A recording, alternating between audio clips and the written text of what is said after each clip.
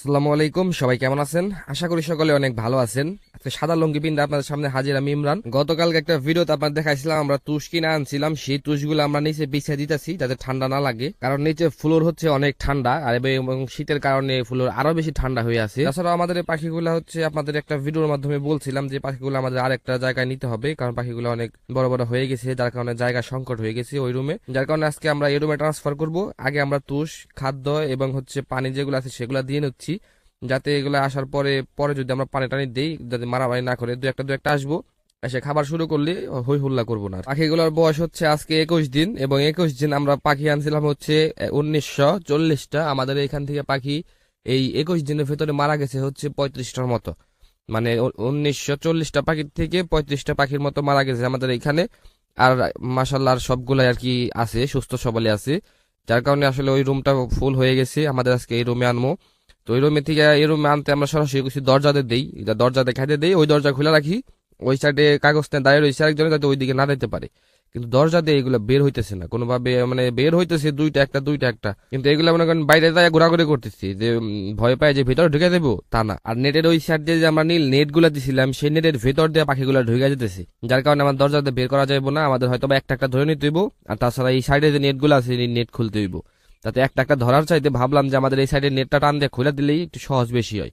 পরে এই সাইডের নেটটা খুলে দিলাম যাতে এই সাইড থেকে ওই সাইডে যাইতে পারে। অনেকে যারা আমাদের কাছে অলরেডি পাখি চাইতেছেন যে আমাদের পাখি লাগবে, অনেকে কমেন্ট করছেন, অনেকে আমাদের বেশিরভাগ মেসেজ আসছে, অনেকে মেসেজ করছেন আমাদের পাখির বাচ্চা লাগবে। আসলে আমরা এখন এই পাখির বাচ্চাগুলা সাপ্লাই দিতেছি না, কারণ হচ্ছে আমরা এগুলাকে আমরা নিজের থেকে আগে বোর্ডিং করে আমরা আর কি প্রোডাকশনে নিয়ে আসতেছি। প্রোডাকশন নিয়ে আসার পরে এখান থেকে যে ডিমগুলো হবে সেইখান থেকে আমরা বাচ্চা তৈরি করে আপনাদের বাচ্চার প্রোডাকশন দিব, মানে বাচ্চা আপনাদের সাপ্লাই দিব। তাছাড়া আমরা চাইতেছি না কোনো খামারের কাছ থেকে তাদের কথা অনুযায়ী বাচ্চা আইনা তারপরে আপনাদের দেওয়ার জন্য, যার কারণে যারা মেসেজ করতেছেন আমরা তাদেরকে অলরেডি মানে আমাদের কাছে না থাকার কারণে আমরা দিতে পারতেছি না। আমাদের এই জায়গায় থেকে প্রোডাকশন হওয়ার পরে যখন আমাদের কাছে অ্যাভেলেবেল থাকবে তখন আমরা ইনশাল্লাহ আপনাদেরকে সারা বাংলাদেশের সব জায়গায় ডেলিভারি করবো বাচ্চা, যার যেভাবে লাগে আপনারা আমাদের এখান থেকে নিতে পারবেন। আর যদি বলেন কিভাবে নেবেন, যোগাযোগ কিভাবে করবেন, আমাদের যখন সময় হবে মানে প্রোডাকশনের সময় হবে আমরা দিতে পারবো আপনাদের, তখন আমাদের স্ক্রিনে নাম্বার দেওয়া থাকবে, আপনারা সেই নাম্বার থেকে হোয়াটসঅ্যাপে অথবা মেসেজে অথবা আপনারা কলের মাধ্যমে সরাসরি যোগাযোগ করে আমাদের খামারেও আসতে পারেন, খামার ভিজিট করে যাইতেও পারেন।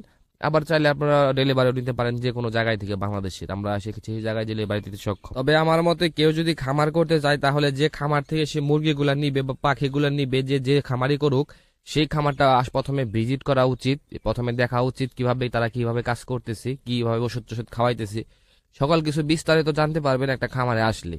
তবে আমাদের কাছ থেকে যারা মুরগি নিতে চান তারা বা পাখি নিতে চান তারা আমাদের খামারে আসলে আপনাদের জন্য ভালো হয়, তাহলে আমরা আপনাদেরকে সুন্দরভাবে প্রসেসগুলো বুঝিয়ে দিতে পারবো।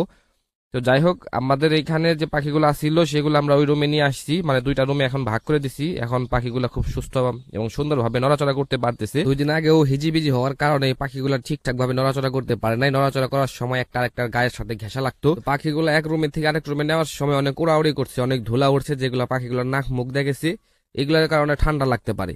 তো আমরা একটা স্প্রে ব্যবহার করতেছি যেটা এই পাখিগুলোর নাক মুখ দিয়ে গেলে ওই সমস্যাটা নাও হতে পারে, বা এই সমস্যার রোগ প্রতিরোধ ক্ষমতা বাড়াবে এই স্প্রে। যাই হোক, আমাদের আজকের ভিডিও এই পর্যন্তই ছিল। সবাই ভালো থাকবেন, সুস্থ থাকবেন। আজকের মতো এইখানে বিদায় নিচ্ছি। আল্লাহ হাফেজ।